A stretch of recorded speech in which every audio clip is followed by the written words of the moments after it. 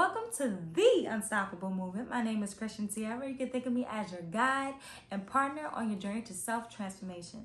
The Unstoppable Movement is all about giving you the tools that you need to transform physically, mentally, and spiritually so that you can live a life that's more purposeful and fulfilling. Today, we're tackling shadow work, what it is, and how it can benefit and transform your life. So let's not waste any more time and let's get right into our video. So what exactly is shadow work?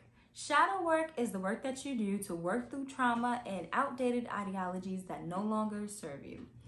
And while doing shadow work, we allow ourselves to acknowledge our subconscious thoughts, our past, and parts of ourselves that we find unappealing or that we're just uncomfortable with, which is called the shadow self. Think of shadow work basically as self-care for your mind. It's no secret that shadow work is a big part of spirituality. Regardless of what spiritual path that you're on, shadow work will come into play at some point.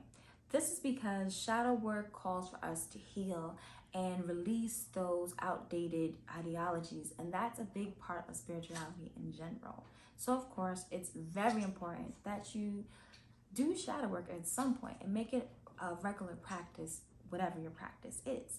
Now, what are some of the benefits of doing shadow work regularly? Well, of course, like I said, healing. By allowing ourselves to face those monsters, face our demons, we allow ourselves to finally heal for them rather than how we usually go about things and avoiding them. Another thing that comes out of doing it is enlightenment. A lot of times when you do shadow work, you allow for the universe, spirit, your spiritual team in general to give you those downloads and give you that information, because you're not doing shadow work alone. They're going to help you through this stuff. So by doing shadow work, you allow for that conversation to start and that exchange of information to happen. So of course, again, enlightenment. Another thing that comes from doing shadow work is self-acceptance. By accepting the things that we can't change about ourselves, those things that we find unappealing, you learn how to use those things to your advantage and how to embrace the things about ourselves that we feel is not as shiny and pretty as what we present to the world. There we go. As what we present to the world. And lastly, another benefit of doing shadow work regularly is growth. By allowing yourself to heal, by accepting yourself for who you are and releasing those harmful ideologies, of course, you're going to grow and evolve as a person. So these are all the benefits, or at least some of the benefits, of doing shadow work. So now that we've gone over what shadow work is and some of the benefits of doing shadow work, how exactly do you do shadow work? Now, I'd like to give this little disclaimer. Regardless of how I say how to do things or the methods that I give you to do things, doesn't mean that you have to put yourself in a box. There's always more than one way to do something. So these are just some of the methods of how to do shadow work and how to get those benefits that I talked about earlier in the video. So one of the traditional ways of doing shadow work is through journaling. And that's usually how a lot of people start doing shadow work. I know that's how I started doing shadow work. So how you do it is you can get a notebook. It doesn't have to be black. I know a lot of people, when they're starting shadow work, they feel they have to get a black notebook. You can get a regular notebook. You can get a composition notebook. In fact, my shadow book is actually rainbow.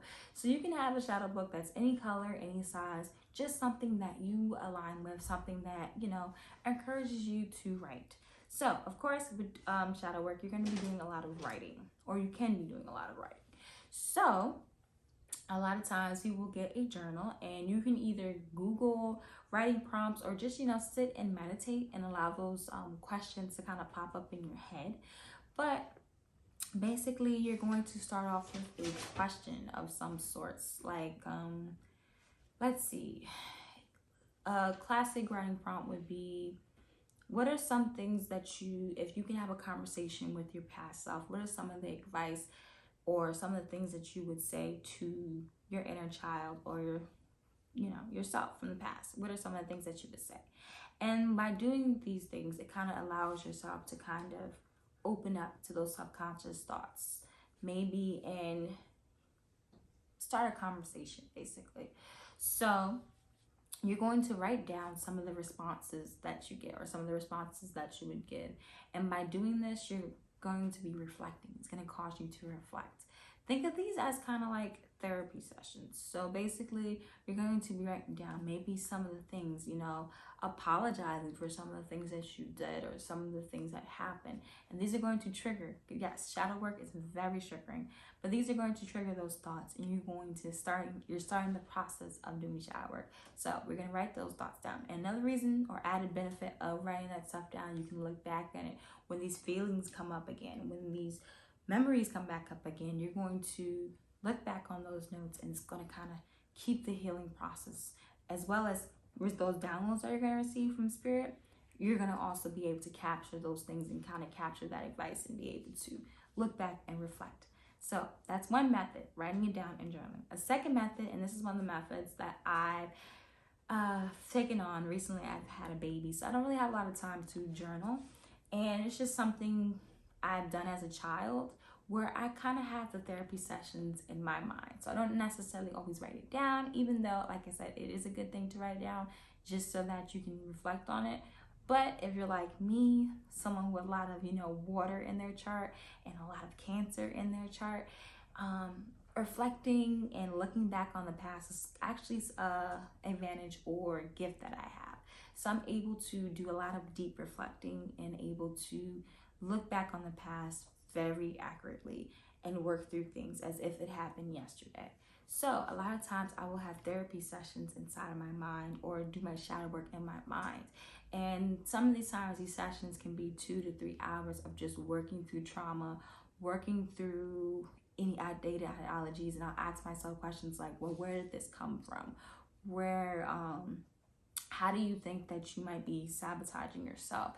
And just, you know, jotting those questions. And while I'm asking these questions and answering things and doing the work, my spirit guides, my ancestors are also giving me information and kind of challenging me on things like, hey, you might be wrong on this. How about looking from it from this perspective? And at the end of these sessions, my mind always feels lighter, and I feel lighter, like there's a lot of baggage has been released. So I've given you 2 methods of how I do my shadow work, by either journaling it or just doing it inside of my mind and allowing that to happen. But the result is still going to be the same. It allows for me to heal. It allows for me to ask those questions and acknowledge those subconscious thoughts. And of course, it allows for enlightenment and growth. So these are just some of the methods that you can do shadow work. So unfortunately, we reached the end of another video. But today you learned how to do shadow work, some of the benefits of doing shadow work, and some methods on how to actually do shadow work. I encourage you to follow our Instagram page at The Unstoppable Movement, because I'll be posting some writing prompts to help you start these shadow work sessions.